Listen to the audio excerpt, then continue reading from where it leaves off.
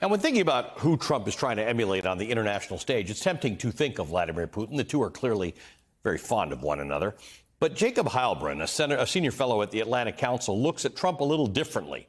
In his new book, America Last, the right's century-long romance with foreign dictators, Heilbrunn makes the argument that the playbook Trump is following is not as bold and as brash as that of Vladimir Putin. You don't, for instance, see Trump's enemies mysteriously falling out of windows. Heilbrunn argues that Trump's playbook appears more to mirror that of the autocratic Hungarian Prime Minister Viktor Orban. It's a slow creep of fascism. It's the kind of xenophobic fascism the American right used to flirt with in the 1920s. So what can Viktor Orban's Hungary teach us about the trajectory of the American right now? And what should we expect if Donald Trump regains power?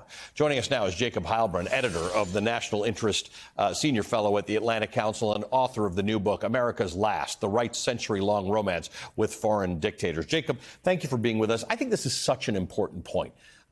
Our democracy may go sour and may go wrong, but not in the way of the movies, not in the way of revolution and dictators who eliminate the vote and overtly suppress democracy. What Viktor Orban is doing, to some degree, what Erdogan is doing in Turkey, what Modi is doing in India, is this more subtle form of silencing dissent and opposition and taking control of all of the levers of power.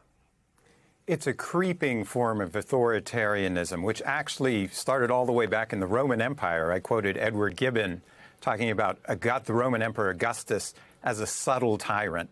I think that is exactly what Viktor Orban has done in Hungary, where he has sidelined the judiciary. He has sold off the media to his cronies. He has ensured that elections are gerrymandered, so that his opponents simply cannot win. Elections are still conducted. This is the blueprint that Donald Trump would love to emulate here in the United States. And we're seeing it copied. We're seeing conservative groups, conservative right-wing so-called journalists going and visiting with Orban. Orban comes here to speak. He speaks to major conservative conventions. And some of the things that he's used are things we're seeing here, an urban-rural divide like they have in Hungary, where urban people think what Orban is doing it doesn't make a lot of sense, and yet he wins overwhelmingly with a rural vote. A hard line on immigration and the idea that immigrants into Hungary will dilute Hungarianness and the Hungarian language. These are things we see direct translations to with Donald Trump. Definitely. It is uncanny, the parallels. And they do actually extend to Putin, too, who relies on a rural base and has opposition in St. Petersburg and Moscow.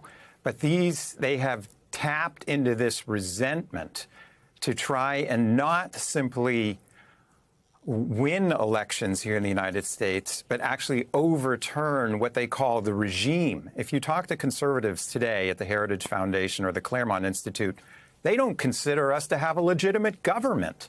They're talking about Christian nationalism, and they refer to the government here as a regime. A regime means it can be toppled, overturned, and replaced with an autocracy in their mold, in what they see as the right way to govern the United States. So the similarities to Hungary and some of the other places I mentioned is that this creeping fascism, this subtle dictatorship, it is given, that power is given to these leaders. It's not a revolution. It's not a military coup. People vote their rights away willingly. Why? Well, we saw this happen in Weimar Germany in the 1930s when Hitler came to power. Let's not forget he staged the Beer Hall Putsch in 1923. What's his lesson? It failed. You have to win democratically. He's appointed in a coalition government in January 30th, 1933. He doesn't terminate German democracy immediately. He does it over a couple months. And then the Nazis consolidated their power year after year. Now, again, I don't think that that's quite the formula that we're talking about here. What we're talking about is a form of oligarchy. Right now, you have Jared Kushner and Richard Grenell, who is being touted as a potential Secretary of State. The New York Times reports today that they're engaging in deals in the Balkans for hundreds of millions, if not billions of dollars. What is going on? That oligarchy is the interesting part. This idea that people profit off of this and they utilize the levers of power. It's what a lot of people think politics is. But actually, when you look at a place like Hungary, that's true. The people in power, it's a quid pro quo. There's a you scratch my back, I'll scratch yours, and we'll both keep each other in power. In the end, it's always about the grift. Orban is exploiting the so-called immigration crisis, just the way Trump is attempting to do it on the southern border right now. But at bottom, these are useful issues to claim power, and then it's about monetizing it for the family. And that's exactly what we're seeing with the Trump family right now, as the Republicans claim that Hunter Biden is some kind of Napoleon of crime, when in fact, as we see Kushner and Grinnell and Trump himself engaging in deals in the Middle East. So that is where I think the United States would be headed, towards a kleptocracy.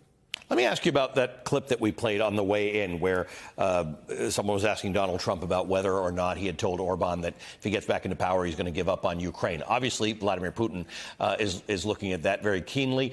Viktor Orban is the most resistant NATO leader of the bunch. He's always been the slowest, the one who's been holding up stuff to Ukraine. What is in it for these guys to prop up Vladimir Putin?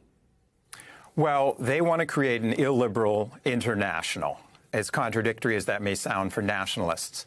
And Orban is functioning as the go-between between Trump and Putin.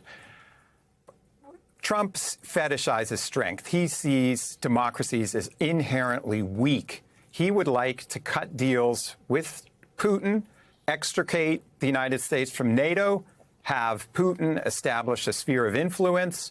Hungary would benefit from this as well. They actually have designs in the Carpathian Mountains on Ukrainian territory. So it would be a win-win situation for all three leaders.